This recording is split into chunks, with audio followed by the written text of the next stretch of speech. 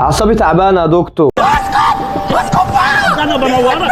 اخد نيوروفيتا اراس احسن ولا اخد ميلجا ادفانس احسن؟ بص، هما الاثنين تقريبا يعتبروا زي بعض، يعني المكونات والنسب بتاعتهم قريبين جدا جدا من بعض، فشوف الانسب لك. هو النيوروفيت العلبه ب 102 والميلجا ادفانس 150، فالانسب ليك ايه خده عادي، هما الاثنين يعتبروا زي بعض يعني. تمام يا دكتور. الميلجا ادفانس احسن ولا الليميتلس ميلجا ماكس؟ لا، ليميتس ميلجا ماكس احسن طبعا، المكونات اعلى والتركيزات اعلى، بس طبعا سعره اغلى. تمام يا دكتور. الليميتلس ميلجا ماكس احسن ولا المسائل تكنو لازقه على اللسان؟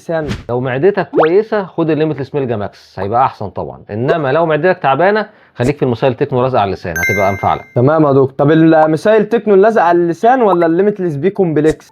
بص، لو انت عايز حاجه تركز على التهاب الاعصاب بس خليك في اللازمه بتاعت المسائل تكنو، انما لو عايز حاجه تبقى لالتهاب الاعصاب وكمان الاجهاد العام خليك في الليميتلس بي كومبلكس، لان هو عباره عن مجموعه فيتامين بي مركب وكمان معاها بيوتين ومعاها فوليك اسيد.